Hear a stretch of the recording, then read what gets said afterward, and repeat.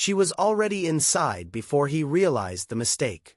Ji-hoon stood in the foyer of the Grand Hyatt Seoul, invitation still folded in his coat pocket, and felt the air change. Not the temperature. The pressure. Someone important had arrived. He turned without meaning to, and saw her. Black evening dress. Hair pulled back. Moving through the crowd like she knew exactly where the exits were. Amina. His throat closed. She didn't look at him. Didn't pause. Didn't falter. 6 years. 6 years since Busan. Since sirens. Since she'd stitched his hand shut in a motel room and never asked why he was bleeding. He'd never said goodbye. Now she was here. And from the way security shifted when she passed, she wasn't a guest. She was working. Ji-hoon felt his wife's hand slip into the crook of his arm. "Are you all right?" Soo-min asked. Her voice was soft. Her grip was not. "Yes," he said. The lie tasted familiar. Across the ballroom, a man in black entered without announcement. The room didn't applaud. It contracted. Kang Tae-suk had arrived. And when his eyes found Amina, Ji-hoon understood. This was not a coincidence. This was a consequence. The invitation had arrived 3 weeks earlier. Ivory paper. Gold embossing. No return address. Ji-hoon had recognized the crest immediately. A private charity organization that hosted events where laws were not broken, only reinterpreted. Where nothing illegal happened in public. Where men with clean hands made decisions that left bruises elsewhere. He had stood in the kitchen of his Seoul apartment, holding the envelope, and felt something cold settle in his chest. Soo-min had found him there. "What is it?" she asked, already moving to take it from him. He handed it over without resistance. That was how their marriage worked. She asked. He complied. She read the invitation once, then looked up at him with the same calm expression she wore when negotiating lease agreements or dismissing staff. "We're going," she said. "Not a question." "I don't think." "It's important," Soo-min continued, setting the card on the marble counter. "These people matter. Your absence would be noticed." Ji-hoon wanted to ask, noticed by whom? But he'd learned years ago that some questions created more danger than silence. "Of course," he said instead. Soo-min smiled. It didn't reach her eyes. It never did. "Good. I'll have something tailored for you." She left the kitchen. Ji-hoon stayed. He looked at the invitation again, at the guest list printed in small type along the bottom edge. There were senators, CEOs, old family names that appeared in history textbooks and financial scandals. And one name that made his pulse stutter.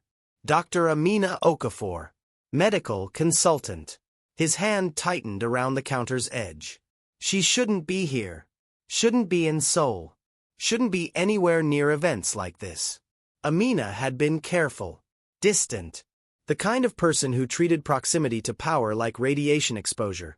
Necessary sometimes, but never without protection. If she was attending, it wasn't social. It was professional. Which meant someone expected to bleed. Ji-hoon considered not going. Considered telling Soo-min he was ill, that work demanded his attention, that anything else mattered more than standing in a room full of people who measured worth in favors owed. But avoidance had never protected him before. And Soo-min's insistence felt less like encouragement and more like surveillance. He folded the invitation carefully, put it in his coat pocket, and chose silence over honesty one more time. Amina arrived at the Grand Hyatt Seoul at exactly 8:47 p.m. Not fashionably late. Strategically timed. Early enough to observe. Late enough to avoid unnecessary conversation. She stepped into the ballroom and let her eyes adjust. Not to the light, but to the layout. Exits first. Security positions second. High-value targets third. The space was ostentatious in the way only old money could achieve. Crystal chandeliers that cost more than most people earned in a year, but arranged with enough restraint to suggest taste rather than desperation. She accepted a flute of champagne from a passing server and held it without drinking. The dress she wore was black. Simple. Expensive enough not to look out of place. Practical enough to move in if movement became necessary. Her hair was pulled back. No loose strands. Nothing that could obscure her vision or be easily grabbed. People noticed her anyway. Not because she was beautiful, though she was, but because important men straightened their posture when she passed. Because security personnel tracked her movement with the quiet attention reserved for people who were neither guests nor threats, but something more complicated. Amina had learned long ago that being underestimated was useful. Being invisible was better. Being indispensable was survival. She moved along the perimeter of the room, never stopping, never lingering. Her medical kit was concealed in a leather clutch that matched her dress. Compact trauma supplies. Nothing that would raise questions at security, everything that would matter if someone started dying. She had been hired for tonight 3 months ago. The terms had been clear: attend the gala, remain available, intervene only if necessary. The payment had been significant.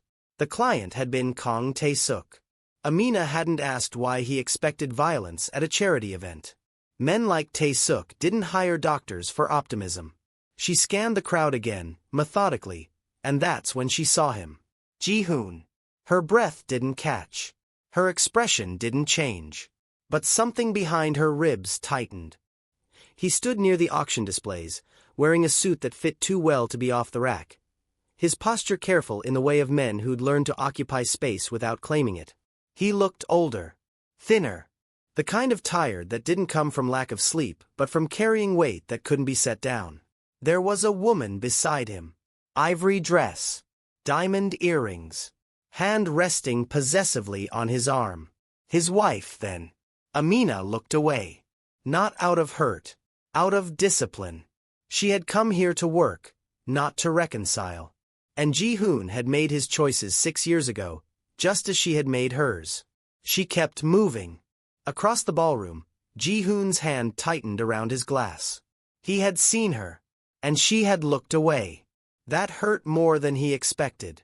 Amina circled toward the secondary corridor, where staff moved efficiently, and guests rarely wandered. She checked her watch. Tae-suk would arrive soon. The room would shift when he did. It always did. She didn't notice Ji-hoon watching her. Didn't see the way his wife followed his gaze, then leaned closer to whisper something he didn't answer. Amina was already calculating exit routes and estimating response times. Already preparing for the moment when the performance ended, and the crisis began. She had been hired to save lives. Not to revisit the past. Even if the past was standing 20 meters away, looking at her like she was a ghost, he'd never stopped mourning. Kang Tae-suk arrived at 9:23 p.m. There was no announcement. No fanfare. The room simply changed. Conversations thinned mid-sentence. Laughter died without echo. Security personnel straightened along the walls, hands dropping to their sides, eyes tracking without appearing to watch. The shift was atmospheric. Molecular. Ji-hoon felt it before he saw him. Tae-suk entered through the main doors wearing a black suit without ornamentation. No pocket square. No cufflinks. No jewelry of any kind. His face carried the kind of neutrality that required effort to maintain. Not blank, but deliberately unreadable. He was younger than Ji-hoon expected. Late 30s, perhaps. But he moved with the economy of someone who had never needed to prove himself through posture or volume. The hosts approached immediately. Tae-suk acknowledged them with a single nod. Nothing more. They stepped aside. Ji-hoon watched him cross the ballroom. Not quickly. Not slowly. Just purposefully, as though the room existed to facilitate his movement rather than the reverse. People made space without being asked. Sumin's grip on Ji-hoon's arm tightened fractionally. Kang Tae-suk, she murmured. Not explaining. Confirming. Ji-hoon said nothing. He was watching Amina. She had turned when Tae-suk entered. Not immediately. Only after the room's energy shifted. Her posture remained relaxed and professional, but her attention sharpened. Their eyes met across the ballroom. No greeting. No acknowledgement. Just recognition. Tae-suk altered course. Not dramatically. Just a slight adjustment that brought him directly into Amina's path. He stopped in front of her. Didn't bow. Didn't smile. Didn't extend his hand. Just waited. Amina met him at eye level. Ji-hoon was too far away to hear what was said, but he watched the exchange with a kind of focus that made his chest ache. Tae-suk spoke first. A single sentence. His expression didn't change. Amina responded immediately. No hesitation. No deference. Whatever she said, Tae-suk accepted it with another brief nod. Then he moved on. The entire interaction lasted less than 15 seconds. But Ji-hoon felt something fundamental shift in his understanding. They weren't strangers. They weren't new allies forced together by circumstance. They had history. Professional history. And Amina, the woman who had once stitched wounds in motel rooms and disappeared into the margins of cities, was not beneath Kang Tae-suk's power. She was inside it. Operating within it. Necessary to it.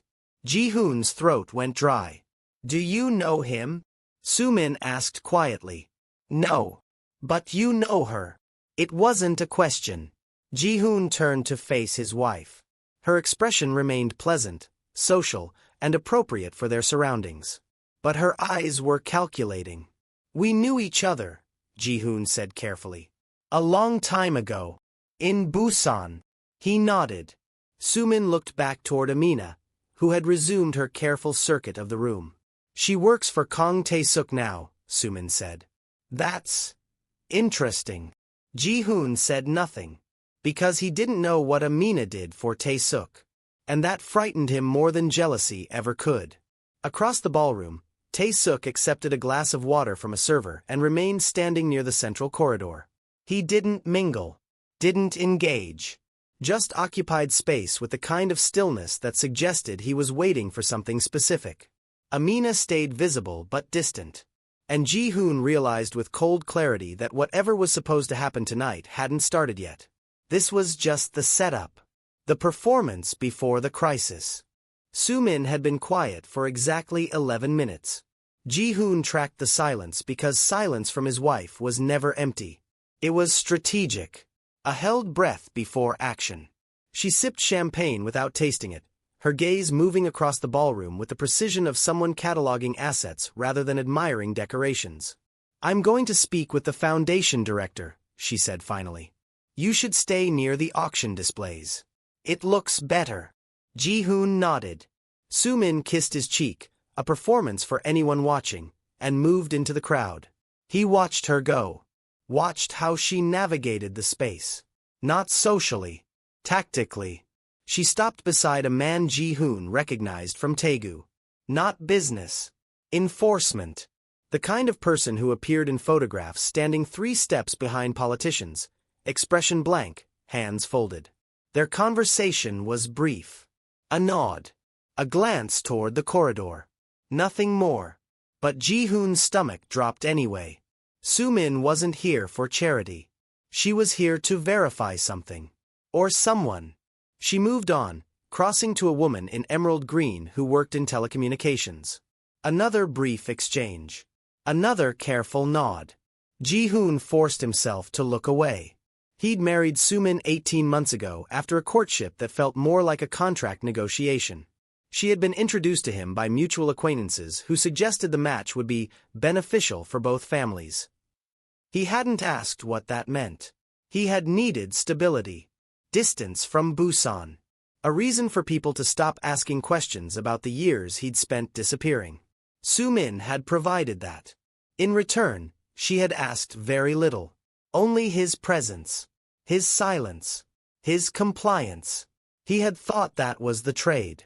Now, watching her move through the gala with the efficiency of someone executing a predetermined plan, he wondered what he'd actually agreed to. Soo-min returned 20 minutes later. Her expression was pleasant. Satisfied. Everything all right? Ji-hoon asked. Of course. She adjusted his tie, a gesture that looked affectionate but felt assessing.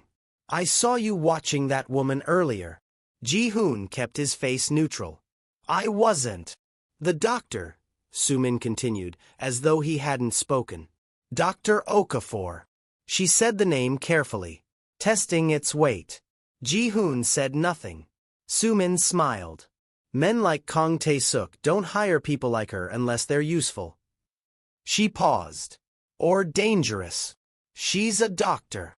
She's a foreign national with medical credentials working in private security consultation, Sumin corrected. That's not the same thing. Ji-hoon felt the room tilt slightly. How do you know that? Sumin's smile didn't waver. I make it my business to know who matters. She turned to accept another glass of champagne from a passing server. Ji-hoon watched her. Really watched her. And realized he had married someone he didn't know at all. She caused some concern a few years ago, Sumin said, almost conversational. When she worked for a man in Busan who had complicated associations. Ji-hoon's pulse spiked. Sumin looked at him then. Direct. Unflinching. You knew him, didn't you? Ji-hoon couldn't answer. Across the ballroom, Amina moved closer to the central corridor, her posture unchanged but her awareness heightened. And Ji-hoon understood with sickening clarity that Sumin hadn't brought him here for networking. She'd brought him here to see how he would react. To measure his loyalty. To confirm what she already suspected. That he was still connected to a past he'd tried to bury. And that Amina Okafor was the proof. 6 years earlier. Busan. Summer. Ji-hoon had been younger then. Stupider. The kind of recklessness that came from believing survival and courage were the same thing. He'd taken a job he shouldn't have accepted.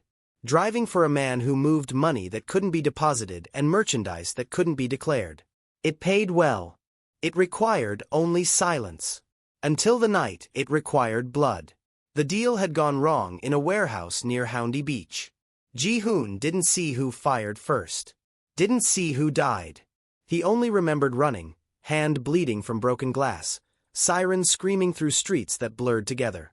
He'd stumbled into a motel 2 blocks from the water, paid cash, locked the door, and realized the bleeding wouldn't stop. He'd wrapped his hand in a pillowcase, but the fabric soaked through in minutes. The cut was deep. Angry. The kind that needed stitches or infection or both. That's when she knocked. 3 precise taps. Ji-hoon had opened the door without thinking, still too disoriented to be careful. Amina stood in the hallway wearing scrubs and carrying a canvas bag.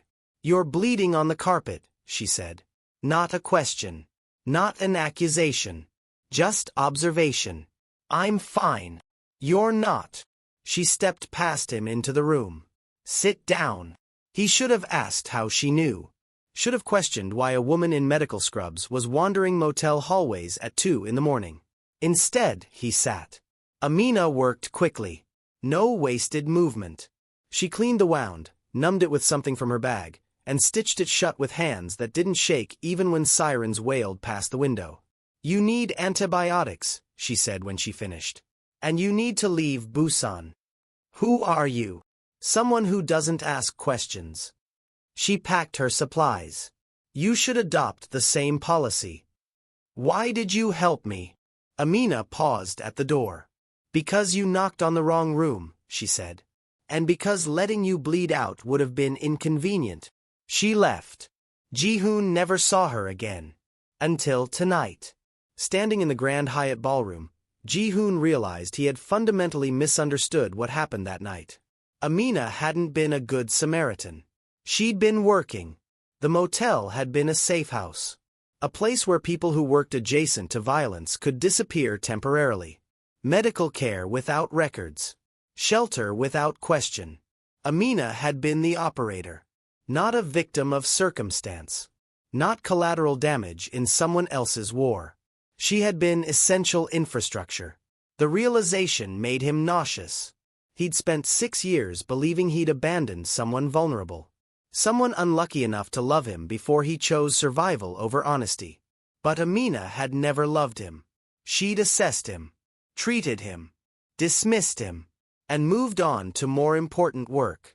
Now she stood across the ballroom, professional and controlled, answering to a billionaire with the kind of power that redrew maps. She had never needed Ji-hoon's protection. She had never needed his apology. She had simply needed him gone. Sumin touched his arm. You're pale, she observed. Ji-hoon forced himself to breathe normally. I'm fine. Across the room, a man in a gray suit stumbled slightly near the auction display. No one noticed. Except Amina. Her head turned sharply. Eyes narrowing. She moved toward him. Not running. Not drawing attention.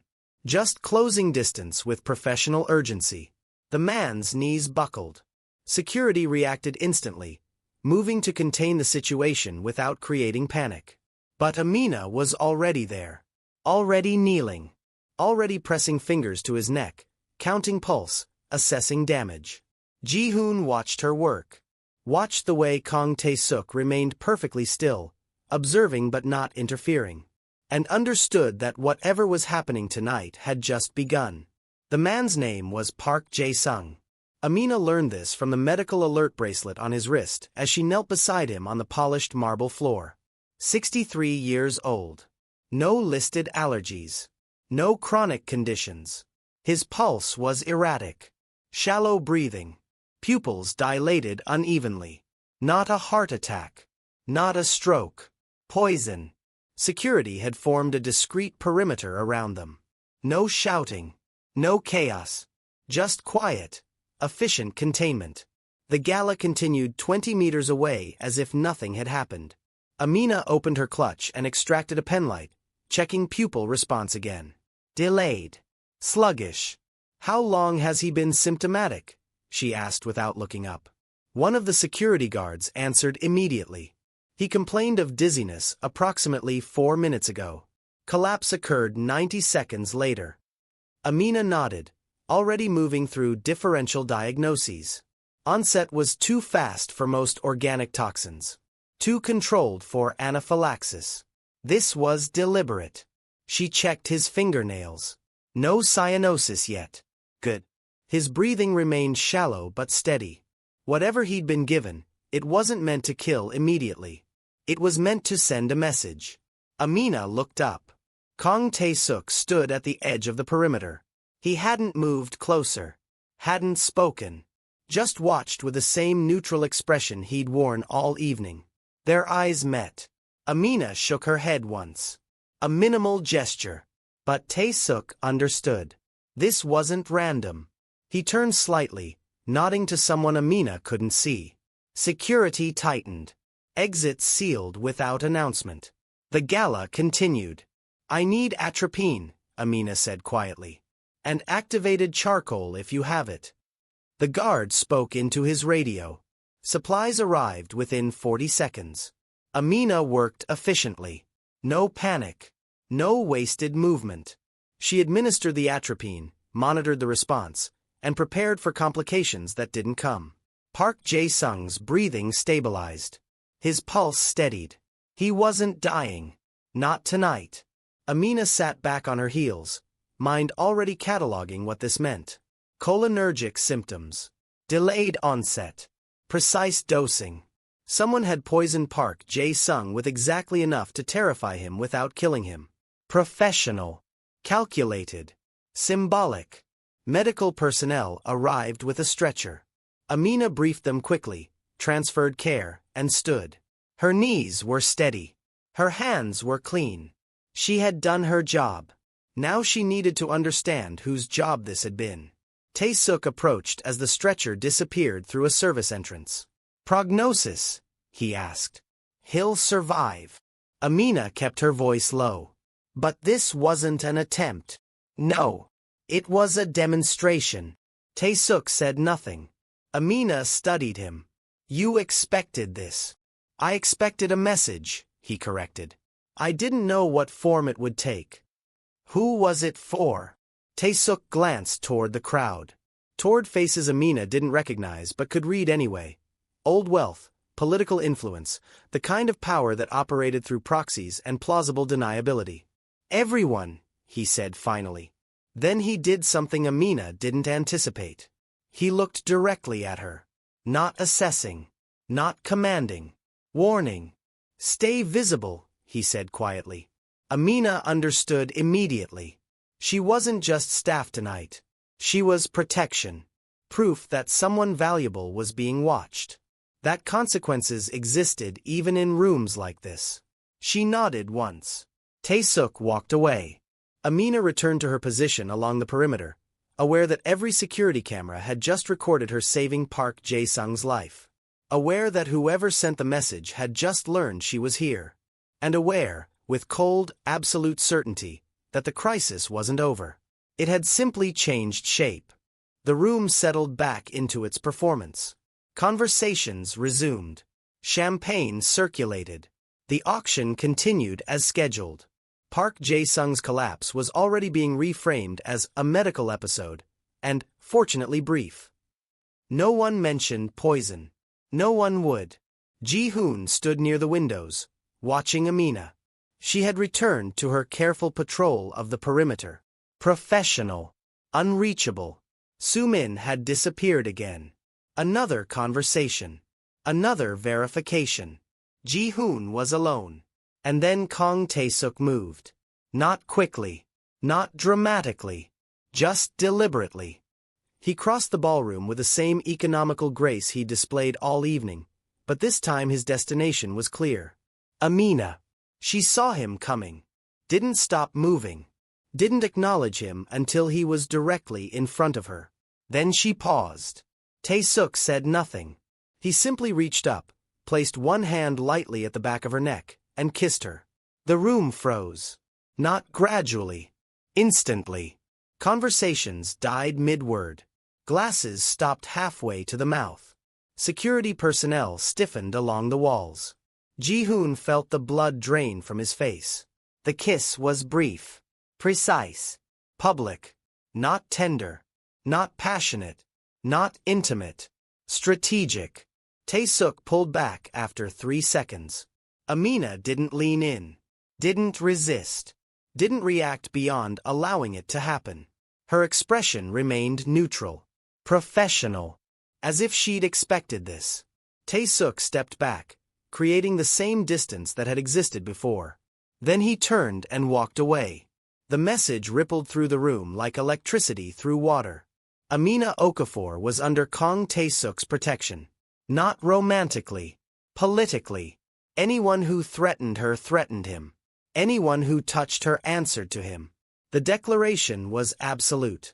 And it had nothing to do with affection. Ji-hoon understood this intellectually.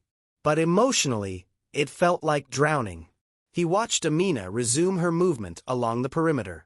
Watched how security personnel adjusted their positioning around her. Watched how certain guests suddenly found reasons to be elsewhere. She had just become the most dangerous person in the room. Not because of her skills. Because of whose interest she represented. Soo-min reappeared at Ji-hoon's side. He didn't know how long she'd been there. "Did you see that?" she asked quietly. Ji-hoon nodded. Couldn't speak. "Interesting choice," Soo-min murmured. "Very public." "It wasn't." Ji-hoon stopped. "Wasn't what?" Soo-min turned to look at him. "Romantic." "No. Of course not." Soo-min's voice carried something Ji-hoon couldn't identify. Not jealousy. Something colder. Kang Tae-suk doesn't make romantic gestures. He makes political ones. Ji-hoon forced himself to breathe normally. Why would he do that? Soo-min studied him. Because someone in this room needed to be reminded that she's not available. Available for what? Leverage. Soo-min sipped her champagne. Coercion. The usual currencies. Ji-hoon looked at his wife. Really looked at her. Her expression was pleasant.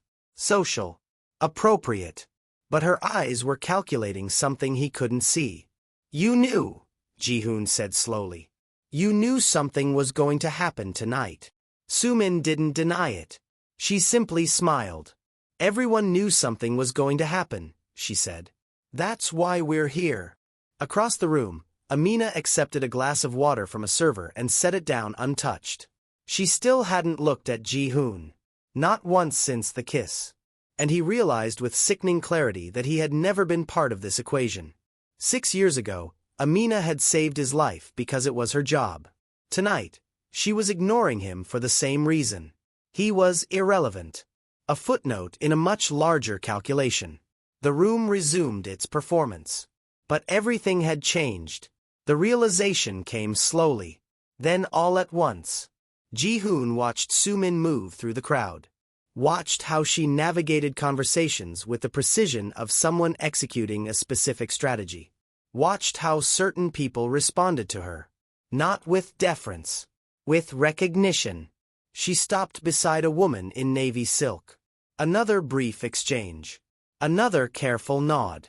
Then she glanced toward Amina. Just once. Quick enough to seem casual. Long enough to communicate something. Ji-hoon's stomach dropped. The kiss hadn't been for Amina. It had been for Soo-min. Kang Tae-suk had just redrawn territorial lines in the most public way possible. He'd claimed Amina as an asset under his direct protection. Not because she was threatened by random actors in the room. Because she was threatened by specific ones. And Soo-min had understood immediately. Ji-hoon saw it in the way his wife's posture shifted. Subtle. Almost imperceptible. But there. Tae-suk crossed the ballroom again, this time angling toward the central corridor where Soo-min stood speaking with a telecommunications executive. He didn't stop. Didn't speak. Just passed close enough that Soo-min turned. Their eyes met. 3 seconds. No more. A silent exchange that contained more information than any conversation. Old alliances. New boundaries. Revised terms. Then Tae-suk continued walking. Soo-min's expression didn't change. But her fingers tightened around her champagne flute. Ji-hoon felt the room tilt. His wife wasn't here as his partner. She was here as something else entirely. An operator. A representative. Someone with connections to networks he deliberately avoided understanding. And somehow, Amina had become a complication in whatever equation Soo-min was solving. Ji-hoon looked across the ballroom. Amina was watching him now. Finally. For the first time all evening, their eyes met directly. Her gaze held no longing. No regret. No unfinished affection. Only warning. A clear professional assessment that said, "You don't understand what's happening. And you need to leave." But Ji-hoon couldn't leave. He was married to someone who had brought him here for a reason. He was tied to a past he'd tried to bury. And Amina, the woman he believed he'd abandoned, had just been publicly claimed by the most dangerous man in the room. Not to protect her from strangers. To protect her from people she already knew. Soo-min returned to his side. "We should circulate," she said pleasantly. "What's happening?" Ji-hoon asked quietly. "A party." Soo-min adjusted his tie. "Why? Do you think something else is happening?" "Don't." She looked at him then. Direct. Unflinching. "Don't know, Ji-hoon. Pretend I'm stupid." Soo-min's smile didn't waver. "I would never." "Then tell me what this is." "This," Soo-min said carefully, "is what happens when old debts come due. When territories overlap. When people who thought they were safe realize they never were." "And Amina?" "Dr. Okafor," Soo-min corrected, "is apparently more valuable than anyone realized. Including you." She turned away. Ji-hoon stood alone in a room full of people. Across the ballroom, Amina had resumed her professional distance. Tae-suk observed from his position near the corridor. And Soo-min navigated the space as she owned it. Ji-hoon understood then. He was the least powerful person in his own story. The marriage he'd thought was refuge was actually surveillance. The woman he'd thought he'd abandoned had never needed him at all. And the kiss that looked like possession was actually a warning shot. Fired at his wife. On behalf of someone Ji-hoon had stopped understanding years ago. The gala continued. But Ji-hoon felt the walls closing in. The gala concluded at 11:47 p.m. Precisely on schedule. The final auction item sold. A vacation property in Jeju that no one would actually use, and guests began their carefully orchestrated departures. Important people left first. Then their associates. Then everyone else. The hierarchy was unspoken but absolute. Park Jae-sung had been transported to a private medical facility 40 minutes earlier. His condition was stable. His family had been notified with carefully worded reassurances that contained no actual information. The official story was dehydration. Everyone knew better. No one would say so. Ji-hoon and Sumin rode home in silence. The car was German. Expensive. Soundproofed enough that even traffic noise disappeared. Sumin sat with her hands folded in her lap, looking out the window at Seoul sliding past in neon and shadow. Ji-hoon stared straight ahead. "You're angry," Sumin said finally. "No. You should be." She turned to look at him. "I would be in your position." "And what position is that?" Sumin considered the question. "Uncertain." Ji-hoon said nothing. "You thought you understood our arrangement," she continued. "You thought it was simple. Stability in exchange for presence. A clean slate in exchange for compliance. Wasn't it?" "It was," Sumin agreed. "Until tonight." Ji-hoon's jaw tightened. What changed? Dr. Okafor's presence changed the calculation. Sumin's voice remained even. Pleasant. Her proximity to Kang Tae-suk changes it further. "I have nothing to do with Amina." "That's not entirely true." Sumin looked back out the window. "You have history. History creates vulnerability. Vulnerability creates leverage." "For whom?" "For anyone willing to use it." The car turned onto their street. Quiet. Residential. The kind of neighborhood where nothing dramatic ever happened. "Am I leverage?" Ji-hoon asked quietly. Sumin didn't answer immediately. When she did, her voice was almost kind.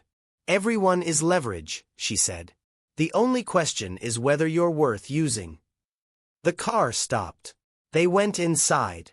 Sumin disappeared into her study without another word. Ji-hoon stood in the kitchen, still wearing his suit, and poured water he didn't drink. His phone buzzed. A text from an unknown number. 7 words. "You should have stayed in Busan." Ji-hoon deleted it. His hand was shaking. Across the city, Amina stood on the balcony of a high-rise apartment overlooking the Han River. The building belonged to Kang Tae-suk. The apartment was hers. Temporary housing is provided as part of her contract. She changed out of the evening dress into jeans and a sweater. Her medical kit sat on the counter, already restocked and ready. The river below reflected city lights in fractured patterns. Amina didn't find it beautiful. She found it isolating. The door opened behind her. She didn't turn. "You should lock that," she said. "I own the building," Tae-suk replied. He stepped onto the balcony, maintaining a careful distance. He'd changed, too. Dark pants. White shirt. No tie. They stood in silence for a moment. "Park Jae-sung will recover," Amina said finally. "I know. He'll also talk." "No," Tae-suk said. "He won't." Amina glanced at him. "You're certain?" "He understands the terms." She turned back to the river. The poison was professional. Precise dosing. Delayed onset designed for maximum visibility with minimum lethality. Yes. Someone wanted to demonstrate capability without triggering retaliation. Yes. Amina exhaled slowly. "Who was the message for?" "Several people," Tae-suk said. "The question is which one responded by dosing Park." "And the kiss?" Tae-suk was quiet for a moment. "Insurance," he said finally. "Against what?" "Against people assuming you could be pressured without consequence." Amina looked at him directly.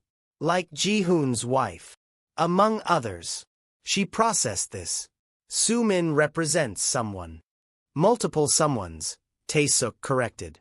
"She's well-connected. Strategically married.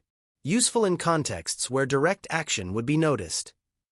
"And Ji-hoon is probably exactly what he appears to be. An ordinary man who made mistakes in Busan and traded one form of obligation for another." Amina turned back to the river. "You could leave," Tae-suk said quietly. It wasn't the first time he'd offered. It wouldn't be the last. "Not yet," Amina said. "The contract is complete. Park Jae-sung survived. You fulfilled your obligation. And next month?" Amina asked. "When someone else needs a doctor who doesn't ask questions. When someone else needs saving." There are other doctors. Not ones you trust. Tae-suk didn't deny it. Ji-hoon complicates things, he said instead. He always did. And you? Amina was quiet for a long moment. I don't belong to any of you, she said finally. Not to Ji-hoon's past. Not to Soo-min's networks. Not even to you. She turned to face him. That's why you need me. Tae-suk studied her. Because you can leave. Because I will leave, Amina corrected. The moment the cost exceeds the value. And when will that be? Amina looked back at the city. I don't know yet. 4 days later, Amina received 3 pieces of information. The first came from a secure message on her encrypted phone. Park Jae-sung had been discharged from the private facility. No complications. No questions asked. The toxicology report had been sealed. The second came from a hospital administrator she'd worked with previously. A position had opened in their emergency department. Good pay. Clean work. No obligations beyond medicine. The third came from Kong Tae-suk. A new contract. 6 months. Triple her previous rate. A single line of terms. Remain available. Amina sat in her temporary apartment, all 3 messages open on her laptop screen, and tried to decide which version of her future was real. The emergency department job was safe. Legitimate. The kind of work she'd trained for before circumstances taught her that legitimacy was a luxury most people couldn't afford. Tae-suk's contract was dangerous. Lucrative. The kind of work that kept her useful but never free. Park Jae-sung's discharge was a reminder that some problems didn't stay solved.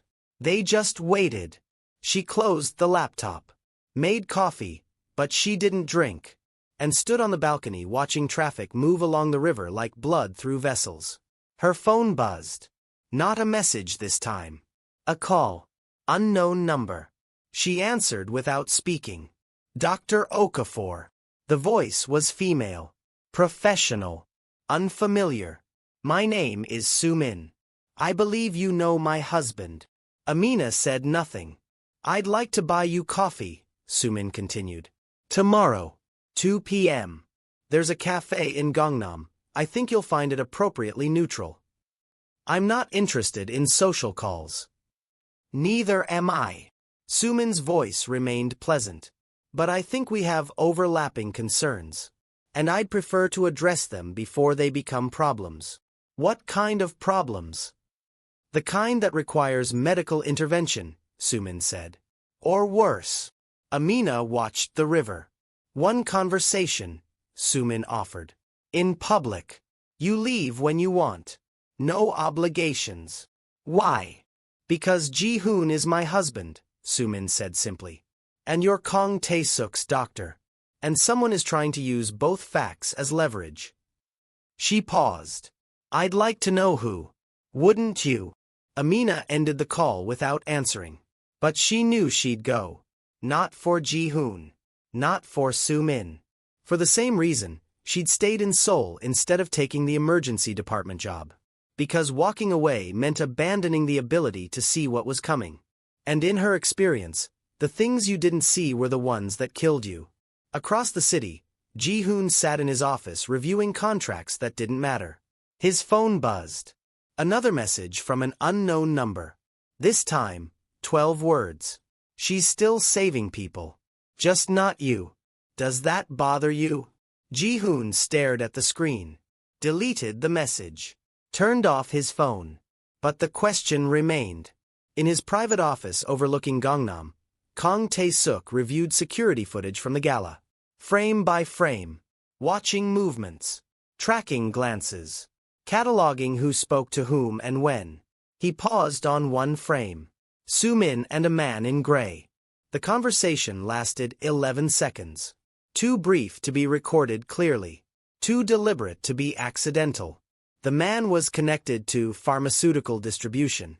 Specifically, compounds that required careful handling and discreet procurement. Tae-suk made a note. Then continued through the footage. Watching. Waiting. Planning for a conflict that hadn't started yet. But would. Amina stood on her balcony as the sun set over Seoul. Tomorrow she would meet Soo-min. Next week, Tae-suk's new contract will begin. Eventually, she would have to choose. Safety or utility. Distance or complicity. The life she'd trained for or the one she'd learned to survive. But not tonight. Tonight, she watched the city burn through its electricity and wondered how many other people were standing on balconies just like this one. Making calculations. Measuring costs.